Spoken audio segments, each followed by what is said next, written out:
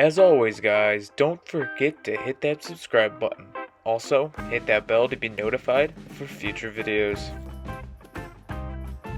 Hello, and welcome to a special episode of Cuda's Diecast Customs. Today is finally the day of the SoMo Diecast Mystery Challenge 2021. So about a month ago, as a lot of you know, Ron over at SoMo Diecast shouted out the Mafia, the Diecast Mafia. And him and his grandson decided to send us random cars to customize. So this is what I got. And today, we're going to turn into something completely different. Let's get into it. So this is our casting at play, everyone. It's this futuristic Formula One concept kind of creative car. And what we started out with, as always, is drilling out the rivets. So what I do is I normally just, grip it as you see, and I drill away. Other ways you could do this is also using a watch vise or any kind of vise to hold it down. Just if you're not comfortable doing what I'm doing here. Remember, guys, always wear your safety goggles and make sure you take all precautions before drilling. So, this is the SoMo Diecast Mystery Challenge. Ron and his grandson and his wife had an idea of sending these random packages. So this is what I got. And today, I was very, very lost on what I was going to do. I had no idea. I thought about repainting it, making it look cooler. I thought about... Honestly, it was a struggle. I got frustrated along the way, but we did complete a cool car in the end. So what I decided was, I'm going to make it into what I know best, hot rods. And what I did was, I took it apart like you see here. Very simple. It had an interior, very small, and a small piece of glass. We put that to the side. And it was nothing fancy, as you see there, but it was what I needed. So what I started was, I started looking at the body, didn't really know what to do, but I went right away and grabbed my stripper. The thing was, I didn't keep it in the stripper for long. I just tossed it in there for about 15 to 20 minutes to let the paint bubble. That is what I wanted to do with the paint. But before that, we started working on the base. Did not use my Dremel tool this week, I just used my snippers, because I just wanted to make it a little more challenging on myself. It is a mystery challenge, so try something different, So, you see me here, I'm taking off all the fat edges on the base here, because I didn't want them, I didn't need them. So, I just cut them off. What else? So, after we take up all the excess pieces here, we then grab our file and we start sanding away, as you see here. What I wanted to do was to smooth it flat so it looked natural as possible, of course. It's not going to look perfect, but the way I went with this build was kind of a Mad Max, Fury Road kind of look, and I'll explain that more in the video. As always, don't forget to hit that subscribe button, guys. So, what I have here is, again, my base, and there's a lot of Sharpie on it. I almost rebuilt the base out of styrene, but that wasn't the way I wanted to go on this build. So, after cutting everything off, you see me here just doing some detailing, smoothing out, again, to make it look natural. So, I wanted to thin down the base because, again, I wanted to make it a rat rod. Also, guys, I want to apologize if a lot of my talk here today doesn't make any sense. I honestly just went with the flow of things and just started cutting things away and putting things together. So, that's where I'm at, really. I'm kind of lost, so if there's any confusion, I'm sorry, but this car was very frustrating to me. It was really out of my element. But here is our casting. And that is the effect I wanted. I wanted the paint to look like it was torn off, it was ripped off, and it didn't look natural. It looks like it was sitting out in the desert for a long period of time. We also add some stuff later in the video that will explain that more. So honestly guys, I have no idea why I sanded those pillars down. Because my plan was to cut part of the face off here so I can extend the front end. But I am, obviously sanding down this for no apparent reason because I thought I was going to use the front. But I accidentally messed it up and crushed it. So in the end, it did not work. Also, the post was totally messed up on it and it just wasn't going to work. So as you see here, I line up to the side pieces there. I don't even know what you want to call those. Just to line it up to the front, and that's where I was going to make my cut. Also, I grabbed my tape so I can align properly to when I cut. I did use my Dremel on this part, so I lied a little bit. I did use my Dremel once. So here is what I have. I have some metal posts that I put on so this motor could, fit on there properly. Then I have this square tubing that I put on the front because it would have locked in the motor and it wouldn't have made the front, move. This isn't the motor I used for this build actually. I went through like 3 or 4 because I just didn't like how cheesy and simple it looked. But before we work on the motor, I did move on to some styrene. Yes, I know, styrene. I used styrene. Don't hate on me guys, just don't hate. I used styrene. But what I did was I wanted to make like a firewall, and I just didn't think the aluminum pieces I had would have cut it for this week. Also, I would have had to paint it, and it would not have worked. I kind of limit myself from paint as much as possible. I only did a little painting. But as you see here, I'm cutting it out with my X-Acto knife. Make sure to be careful with X-Acto knife. I have cut myself multiple times and it is not fun. So our first attempt here with styrene was not a success, but then I remembered I had some extra in my drawer from a project I was working on, so I used my scrap. And it worked out 10 times better because all I had to do was trim it a little bit.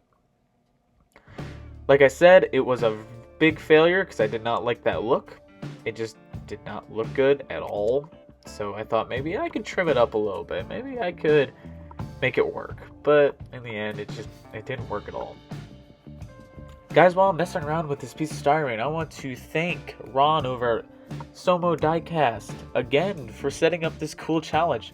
Yes, it was frustrating for me, but yes, I also had fun at the same time because it was really out of my element, and that was the goal of the challenge here. The goal of the challenge, was to get out of our element and try something different. But in the end, I don't know really what I did, but have a weird looking base at the end of my hot rod here, because all I did was just make it into a hot rod. But let's get back to the video, guys. So here you see me just cutting out a fresh piece. I lied. I didn't use extra piece. I just used the piece I had. But what I did was, like I said, I trimmed it up so it could fit, and then we grabbed our file and we started rounding the edges because I just wanted to fit the hole that I made there from cutting off the tip of the nose of the car. So all I did was I took my file and I just rounded the edges. It didn't take much at all because styrene is just great to play with, and it shapes really easily, and it forms perfectly, and I love this stuff. I won't lie, I love this stuff. It's a little easier to use than aluminum.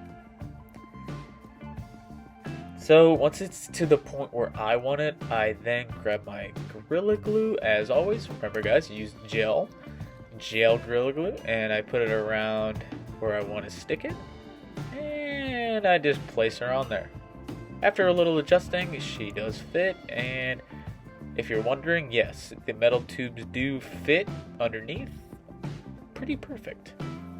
Well, the first ones fit, and then the second ones really fit, like perfectly, so that's always good. This car was done multiple times. I redid the base probably 3 or 4 times before I was even satisfied.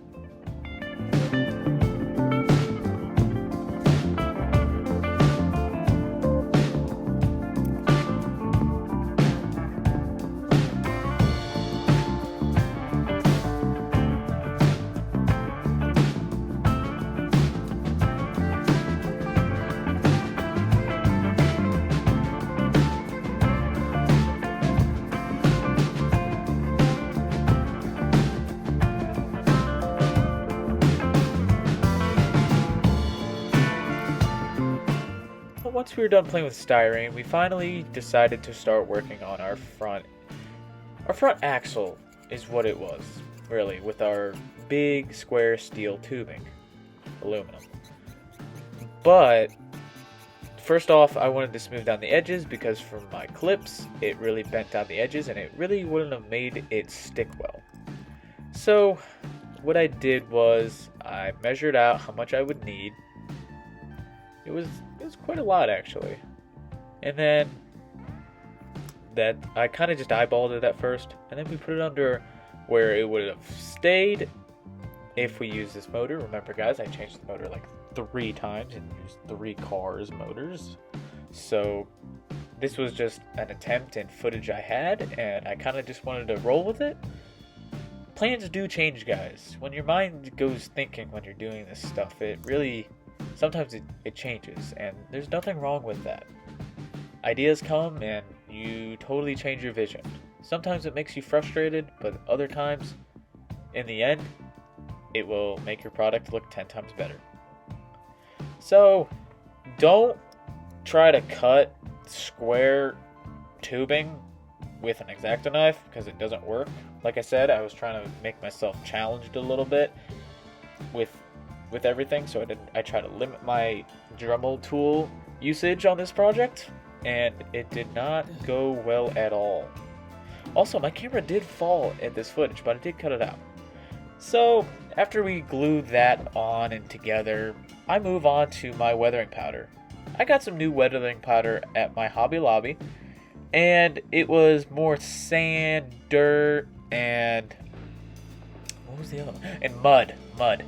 And I wanted to start with that because I wanted to look like it was in the desert, or someone found this in the sand and they just totally like, oh, I need this and I need to rebuild it, and stuff like that. And honestly, I just wanted to use the dirt powder, but then I remembered, my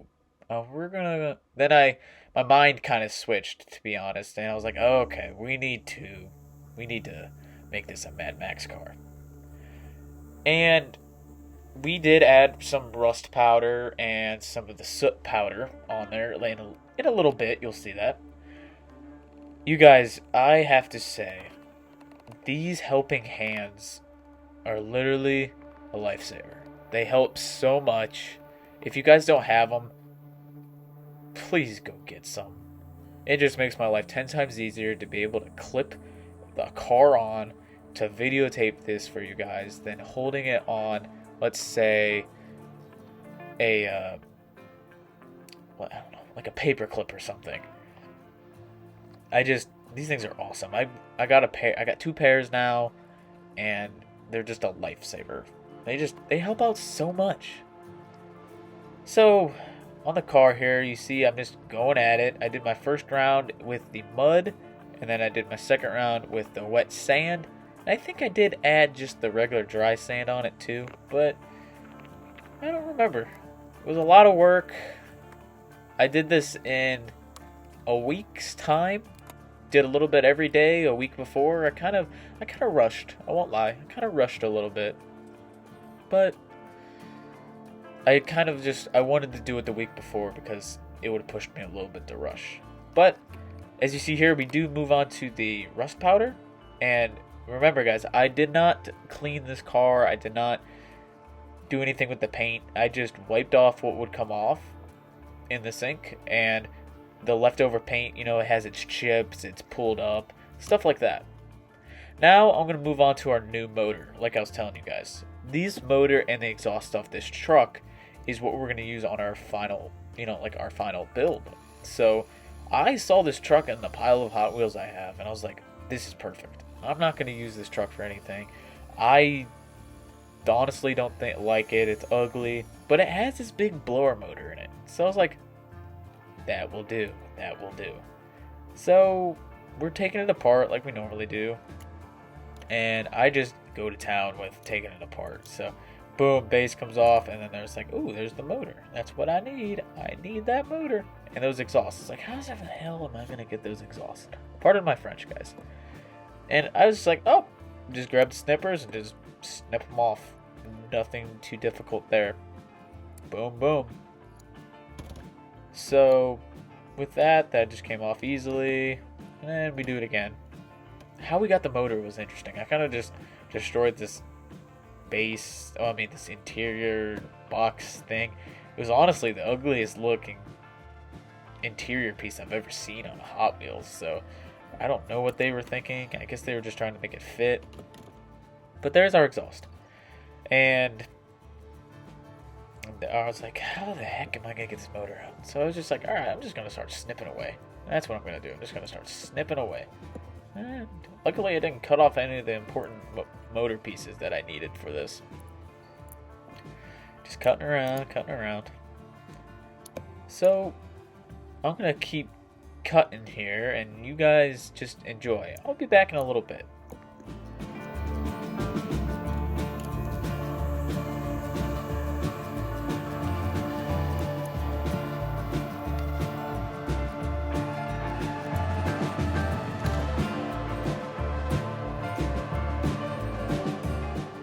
Oh, I'm back, and I remember that I got very frustrated with this.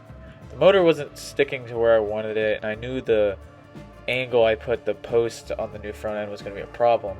I just put a little pressure on this motor trying to make it fit, and the front end just snapped off, and I was like, no, not right now. And I just threw the thing down. I wanted to break it.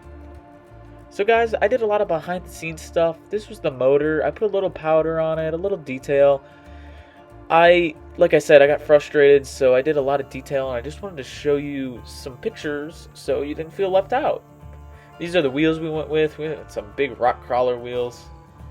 And this was funny. I had to use both of my helping hands to help it stand up. So guys, this is what we started with. Remember, it was a Formula 1 looking car. It was futuristic, it was cool as it was, but I think, and this is just me, but I think our final result was awesome. So, let's go over there and check it out. This is our final result. As you see here, this is what our futuristic mystery build turned into. From Formula 1 race car to full out Mad Max end of the world apocalyptic. I don't know how to explain this car. I did a lot of customization and a lot of work to it, and it honestly looks awesome. It's probably one of my favorite builds, but also it's one of my most hated builds. This car caused me a lot of stress, because I wanted to make sure it was as perfect as possible for you guys. I love how it turned out. I love the paint. I love the big motor. I love the front end that I got off at Duesenberg. The wheels I got off an old Burger King toy. I connected them with an interesting style that I don't think I came up with, but someone came up with the idea of bending tubes and making axles out of them. So that was pretty cool too. We also did the exhaust on the bottom. Got them from that truck that we got the motor from. Also, we filled in the wheels with black paint. They were chrome, and then we added more rust powder just to make the effect on the whole car match. Knowing that the front end is kind of shinier than the rest of it, it's just because I wanted to put the car together for you guys. The thought's still there though. Guys, I hope you enjoyed my video. I know it was probably confusing. It was probably very annoying hearing me complain about this, but this one really did make me frustrated. And I'm glad it's over. I'm glad I could put this on the shelf and just look at it. It will remind me of, you can go overboard, just don't go too overboard. And I think that's what I did this time around. That's why I was a bit stressed out. Guys, I want you to go check out the rest of the Mafia. Go check them all out. Go enjoy their videos. Mine was just one of them. Links will be in the description below, guys. Guys, as always, thank you for stopping by the fish tank, and we will see you in the next one. Also, guys, don't leave just yet if you want to watch a couple of not videos, but if you want to see a couple of pictures. I did kind of like a photo shoot with my new camera, and I had some pictures of some old cars and builds that I did, but with the new car. So check it out. Alright guys, we'll see you in the next one. Bye. Wait guys, before I go, I wanted to thank Ron, his wife, and his grandson for putting this together. Ron, I appreciate it. I had a lot of fun. I can't wait until we can do another one. Also, if we do another one, I call dibs on picking out the cars.